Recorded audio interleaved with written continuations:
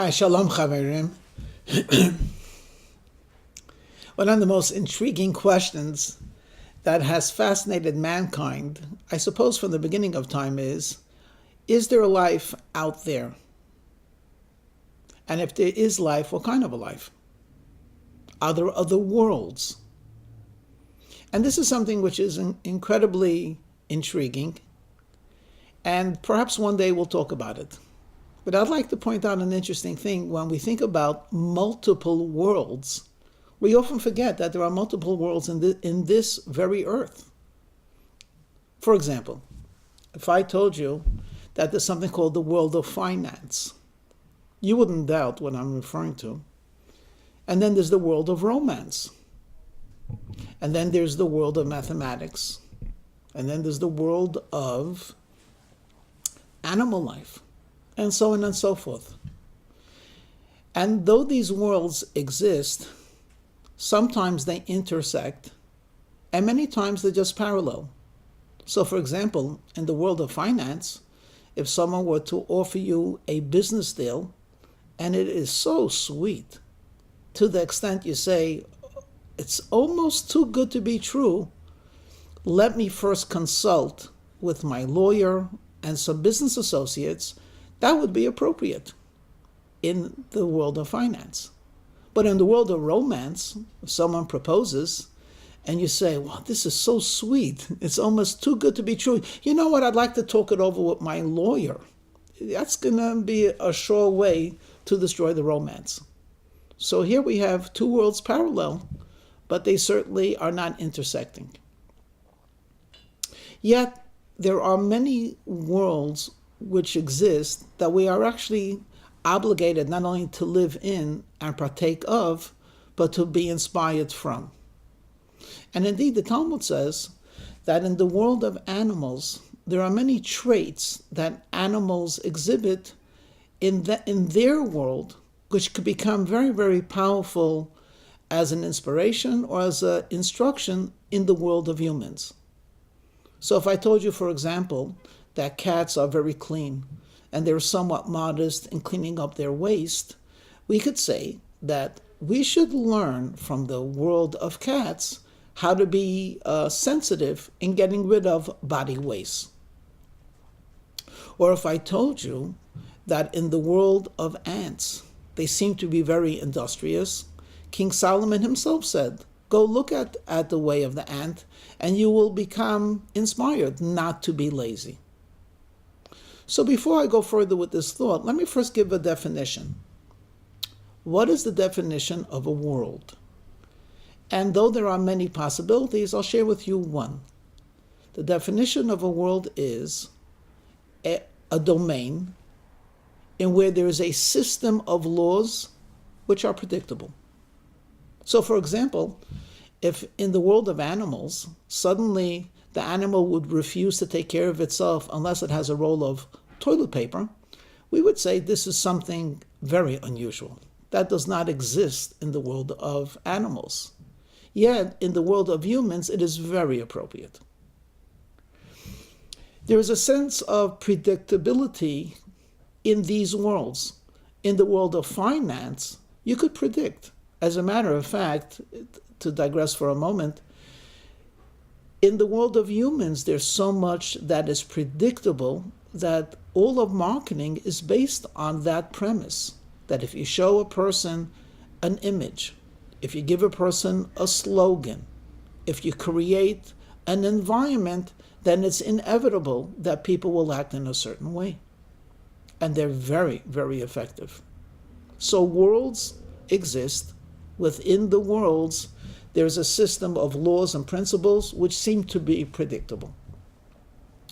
Yet, as we all know, in the world of humans, it's not completely predictable, and indeed, that's what makes us human. Though, to the best of my knowledge, there has never been a desire of elephants to go to an institute of higher learning, there have been people that have wanted to act like elephants, live in the wild. People can act out of character. We have a fancy word for it. It's called spontaneity. Completely unpredictable, out of nowhere. a person acts in a certain way. That's both a strength and often a severe liability. If one day you just decide not to show up to work, one day you say, I had enough. I'm not picking up my child from school. Enough is enough. What am I, an Ottoman? Your actions can have severe, severe repercussions upon others. You don't have the liberty to be spontaneous. Yet, we have to be spontaneous, or we have to have an element of chance, or more importantly, we have to be able to sometimes act out of the box or out of the routine, because otherwise we would not really feel very human at all. So this is something that we all deal with on our own level. Let me get back to the world of animals. People can learn from the world of animals. Animals, as a general rule, don't steal. They have what's called their turf, their territory, and it's predictable what they will do. Never has it happened that a lion should steal cottage cheese.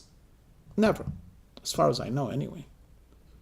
But it is possible for people to steal someone else's cottage cheese, even if they don't need it, even if they're allergic to milk, even if all they're going to do is just throw it out. Why? Just for the sake of stealing, or for the sake of hurting, or for the dear, can I get away with it? At times it would be very helpful to learn from the other worlds around us. Let me close with a very interesting story that happened hundreds of years ago in Morocco. At that time, there were two neighbors who had a field side by side. They had lived peacefully for many years, and each one had their field, and never did it happen that they had a conflict about property rights. And each one had a donkey which plowed the field. How did they recognize the boundary? Well, there were some bushes, and that was the boundary between them. One time, one of the neighbors had to leave for an extended period of time, for approximately 3-4 months.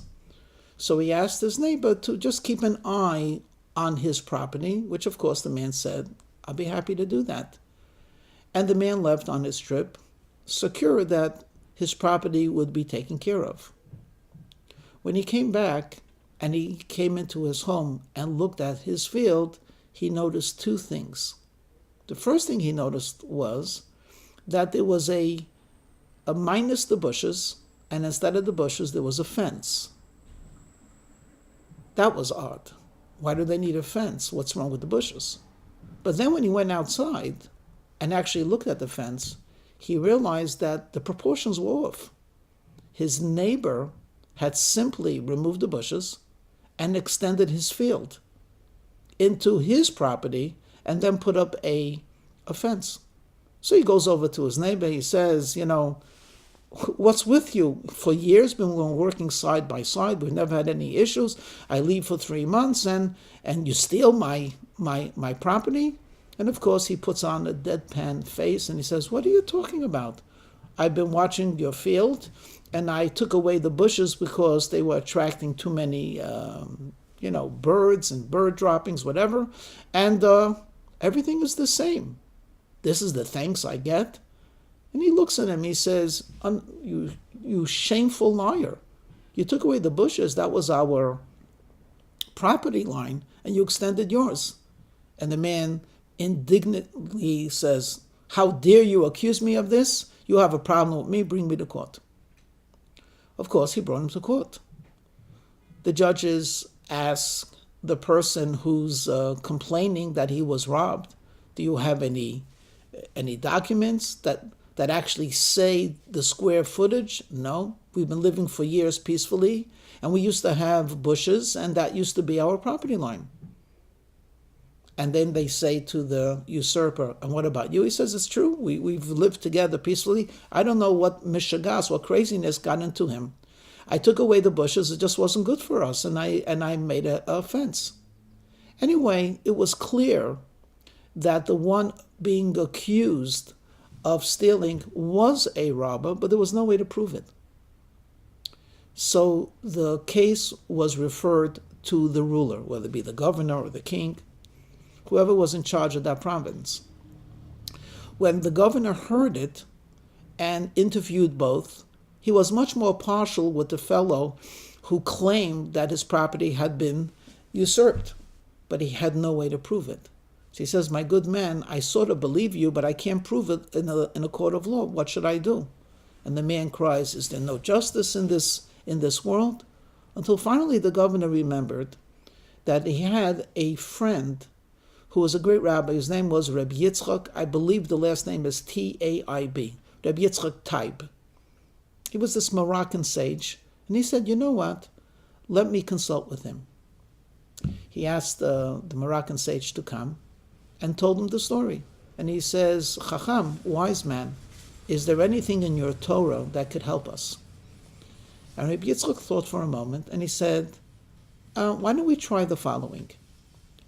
Temporarily remove the gate.